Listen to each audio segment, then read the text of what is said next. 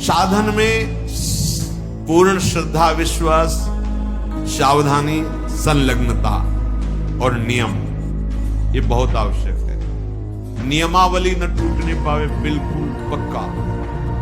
आप कुछ वर्षों तक नियम आप पकड़े रहिए, फिर नियम आपको पकड़ लेगा। नियम किसे कहते हैं?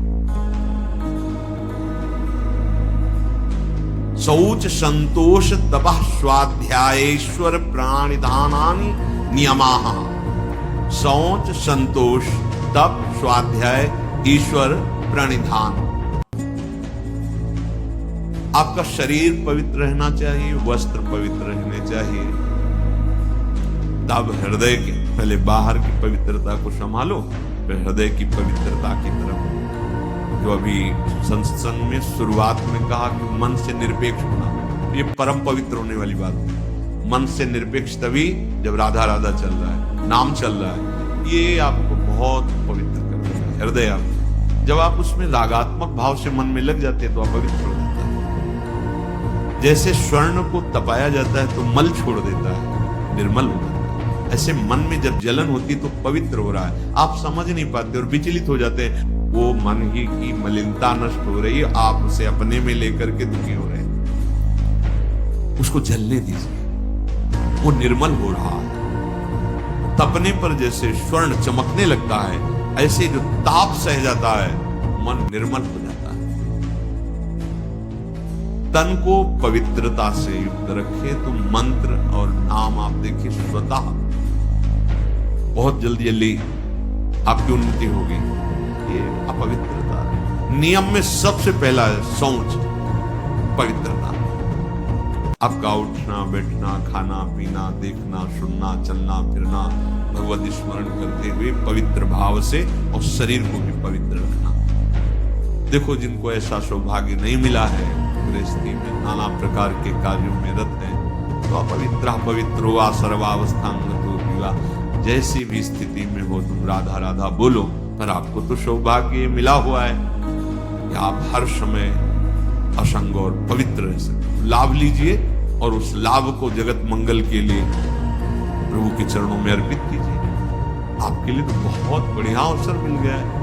आपका पवित्रता पर ध्यान होना चाहिए, आपका शरीर पवित्र होना चाहिए, आसन पवित्र होना चाहिए। शौचाचार के विषय में पीछे सत्संग में बताया गया है। मिट्टी जल आदि से शरीर की और राग द्वेष आदि त्याग कर भगवत स्मरण करते हुए हृदय की पवित्रता। संतोष, चाहे गृहस्थ हो चाहे विरक्त हो, भगवत प्राप्ति करना है तो ये लाना ही होगा हृदय में। बिन संतोष न काम न साही, अछत काम सुख सपने नहीं। यदि संतोष नहीं है तो कामनाओं की बाढ़, जहां कामनाएं हैं। कोई कोई तो कहते कि मांस वगैरह खाते हैं और आपके आदेश से हम ब्रह्मचर्य का निर्वाह करना चाहते हैं। त्रिकाल में नहीं कर सकते। राक्षसी भोजन पाओगे और तुम ब्रह्मचारी बनोगे। तुम आसुरी प्रवृत्ति धारण करोगे और सच्चिदानंद में बिना चित्त जोड़े तुम इन दिव्य व्रतों का पालन कर सकते हो? कदापि नहीं। अरे यही तो दुष्टा रसेंद्री, यही तो भ्रष्ट करती है। इसी से सारे विकार शुरू हो जाते हैं। जिसकी रसेंद्री शासन में नहीं, खाना पीना सही नहीं, परमार्थ की केवल बातें करे। क्या राक्षसों को ज्ञान नहीं था क्या? दैत्यों का ज्ञान नहीं था क्या? आप देखो, जब वो अपने परिवारजनों को उपदेश करते हैं ना किसी संकट में, तो पूरे ब्रह्म ऋषि जैसा बोलते, ज्ञान है। ऐसा नहीं कि नहीं ज्ञान, बहुत बोल रहे हैं, लेकिन आचरण में बिल्कुल ज्ञान नहीं है। तो इसीलिए तुमको राक्षस कहा गया। तुम्हारे आचरण राक्षसों जैसे हो, कह रहे हो कि हम अमुक अमुक साधन, व्यर्थ की बात। नियम से चलो। शौच, संतोष, भगवत कृपा से जैसी भी परिस्थिति तुम्हें दी गई है, जो भी धन, भोजन, परिवार जैसा या विरक्त मार्ग जैसा, संतुष्ट रहो। जथा लाभ संतोष सदा काहू सो कछु न। बड़ा शांत मार्ग है, बड़ा गंभीर मार्ग है, बड़ा सहनशीलता की जरूरत है। और सही पूछो तो आपको कोई दुख है ही नहीं। आपको कुछ चाहिए ही नहीं। आपके अंदर दुख और चाह जो आई वो शरीर को लेकर, संसार को लेकर आई। इसीलिए आपको संतोष, अगर संतोष धारण करोगे तो आशाएं नष्ट हो जाएंगी। आशाएं नष्ट होगी तो दुख का नामो निशान मिट जाएगा। आशा ही परमम दुखम, नैराश्यम परमम सुखम। जैसी भी प्रभु ने परिस्थिति दी, जो भी आपके पास, वो भगवत कृपा से उसी में संतुष्ट रहना सीखो। तीसरा, तपः, तपस्या। अब भगवत मार्ग में जो आपको नियमावली दी गई है उसके पालन में प्रमाद नहीं होना चाहिए। ये भगवत कृपा से जो भी सच्चे मार्ग का पथिक है उसमें ये देखने को मिलेगा। कैसी भी दुखद परिस्थिति हो, नियम इतना बड़ा बलवान होता है तो अपने आप उसे समय से, ये पक्का, आप पहले नियम पकड़ो फिर नियम आपको पकड़ लेगा। भारी से भारी कठिन परिस्थिति में भी नियम में बड़ा बल है। अपने आप दिनचर्या को, जिसकी आसक्ति हो गई दिनचर्या में वही उत्तम उपासक है। अगर 3 बजे से आपकी दिनचर्या है तो 2:45 बजे आप आके बैठ गए। 6 बजे जाना है, 6 के बाद प्रणाम करके सबसे नाम जप। ऐसा नहीं कि हम फिर 4:30 बजे आ जाए, 1 घंटा गए तो हम हैं। ये दिनचर्या नहीं, ये प्रमाद है। जिस समय जो आपकी दिनचर्या बन रही है, देखो आजीवन 2 बजे नींद त्यागने का गुरुदेव ने बचपन में अभ्यास बना दिया। समीप ही वो आप तखत पे शयन करते, समीप उठे, उठ 2 बज गए, माला ले बैठ जा। जी महाराज। वो आप बैठे ऐसे नीचे। गुरु कृपा से आज तक कष्ट हो या कुछ भी हो, जो दिनचर्या है वो दिनचर्या है। वही दिनचर्या हमारा भगवान है, दिनचर्या ही हमारा स्वरूप है, दिनचर्या ही हमारी तपश्चर्या है। उसके लिए प्रमाद नहीं होता। अगर शरीर में जान है तो दिनचर्या में बाधा नहीं होती। तो बड़े बड़े सिद्ध महापुरुष, श्री सनातन गोस्वामी जी वृंदावन से गिरिराज जी की परिक्रमा,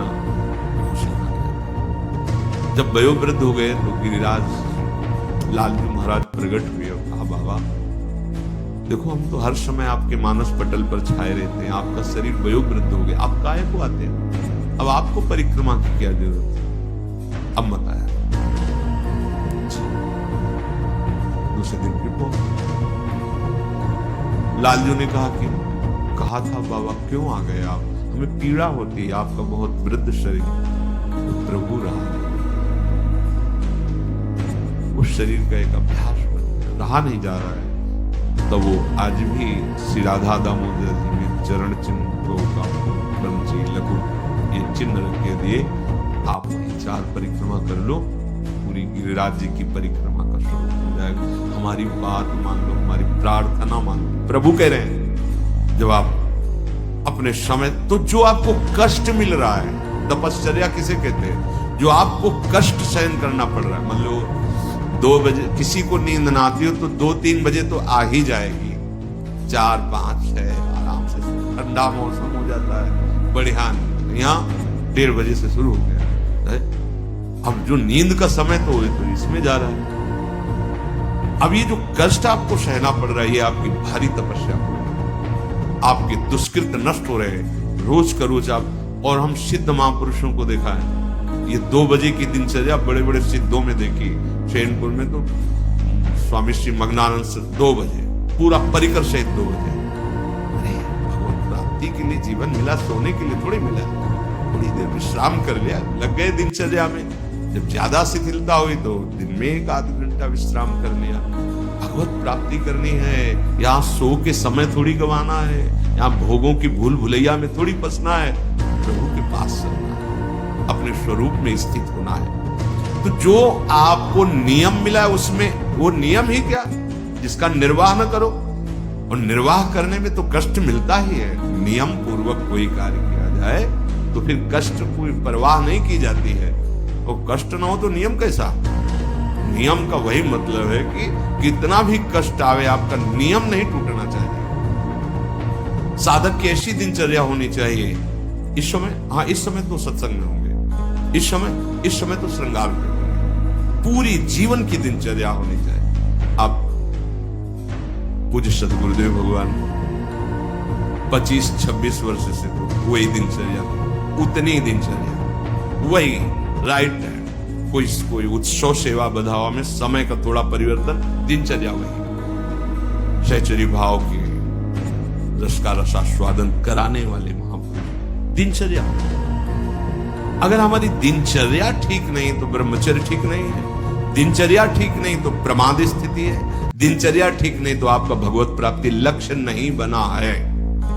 दिनचर्या में आपका कोई भी गुंजाइश, दिनचर्या पर कृष्णाश्रम स्वामी जी बड़े बड़े महात्माओं को देखा है, सुई की घड़ी की सुई की नोक में दिनचर्या, 1 मिनट का अंतराय वो मन को अपने वश में कर ले, इंद्रियों को वश में कर ले। अपने नियम पालन में, धर्म पालन में, साधन मार्ग में जो कष्ट मिलता है, शीत उष्ण मान अपमान, इन सबको सहना, यही तपस्या है।